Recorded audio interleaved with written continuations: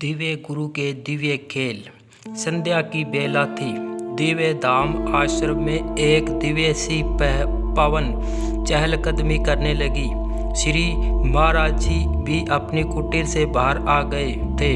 हरियाली बागों को बाग बाग कर रही थी। अचानक उनकी गति में एक ठिठक सी नजर आई और आंखों में दिव्य कौतूहल। बस अब क्या था?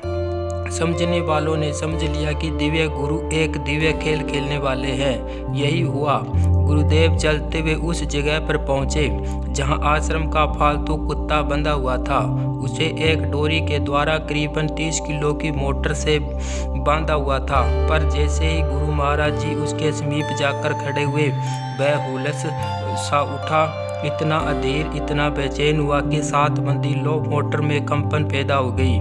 यही कंपन तेज हरकत में बदल गई। गुरुदेव स्वान की भावभंगी हलचल देखकर मुस्कुराए, कर कमल उठाकर उसे आशीर्वाद दिया और आगे बढ़ गए। पर आपको क्या पता था कि आपकी यह मन ममता में मुस्कान और आशीष उस पशु में भी जज्बातों की आंधी भर देगी। जी हाँ, अब तो स्वान जुनूनी हो गया, मतवाला हो चला। भावनाओं के ऐसे प्रवाह को भला कौन रोके? लो वजन की क्या हस्ती। सभी ने देखा कि स्वान के कदम अच्छी खासी गति से बढ़ रहे हैं। 30 किलो की भारी भरकम मोटर उसके पीछे पीछे घिसट रही है। आखिर वह अपने लक्ष्य बिंदु तक पहुंच ही गया, श्री गुरुदेव के पावन चरणों तक।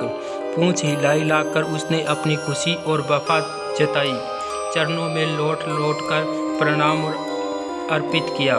गुरु महाराज जी कभी अपने उस बोराए मुरीद को, कभी उससे बंधी वजनदार मोटर को, तो कभी उस दूरी को देख रहे थे जो वह मोटर सहित तय करके आया था।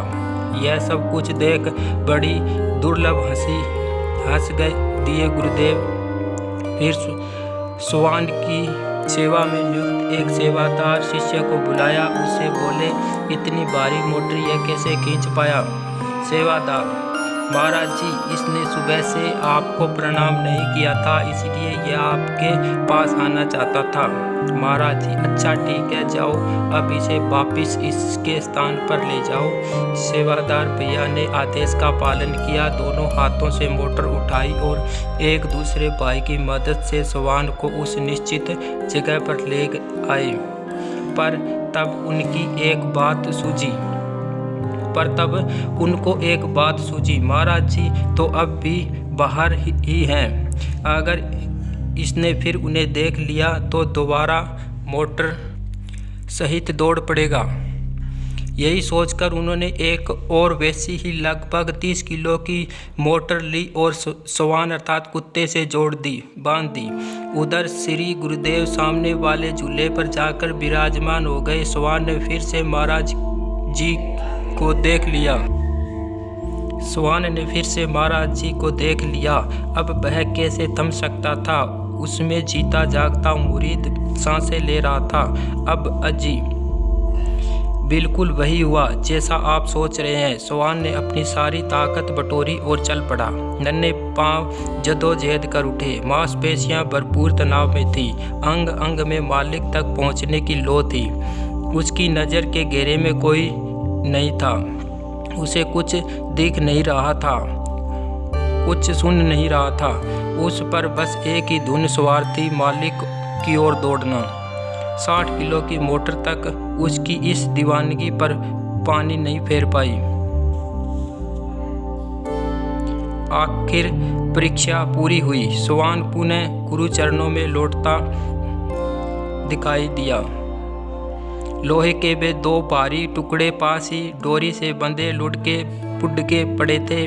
शायद घिसट खा कर पस्त हो गए थे, मगर वारे वफा जिंदाबाद अब भी पूरी जिंदादिली से पूंछ हिला रहा था। गुरु महाराज जी उसे पुनः अपने पास आया देख ममता के सागर बन गए। आखिर उनकी एक आत्मा उनका दिव्य प्यार पाने के लिए अपने सारे बोझों, कमजोरियों, विघ्नों को लाग कर विजयी होकर उनके पास आई थी। न जाने अपनी रूहानी मौज में उन्होंने उस दिन उस पर क्या क्या लुटा दिया होगा। हम मूक दृष्टा बने, शुरू से आखिर तक सारा नज़ारा देखते रहे। अंतरात्मा जोड़ कर पूछ रही थी, तुम्हारे पाँव से भी तो जिम्मेदारियां, बोझिल बाधाओं को मोटरों से लोहे मोटरें बंधी है। पर क्या तुम सदगुरु की ओर? उसी वक्त गुरु मुरीद बुल्ले शाह वाला डर हमारी रगों में भी तैर गया। शाह कोई बसत बिहाज ले, नहीं ते बाजी ले गए कुत्ते ते तो उत्ते। शाह कोई बसत बिहाज ले, नहीं ते बाजी ले गए कुत्ते ते तो उत्ते। उठ उठ मुरीद उठ, जाग मुरीदी होड़ लगा ले। इस स्वान से कहीं ऐसा न हो कि तू अपने बोझ लेकर रोती कलपती बहाने बनाती रहे और वहाँ एक अदना सा जीव एक कुत्ता बाजी मार कर ले जाए।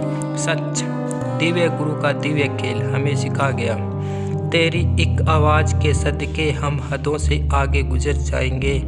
जब भी पुकारोगे तुम आंसू, हम मौत से भी सांसें उधार लेकर आएंगे।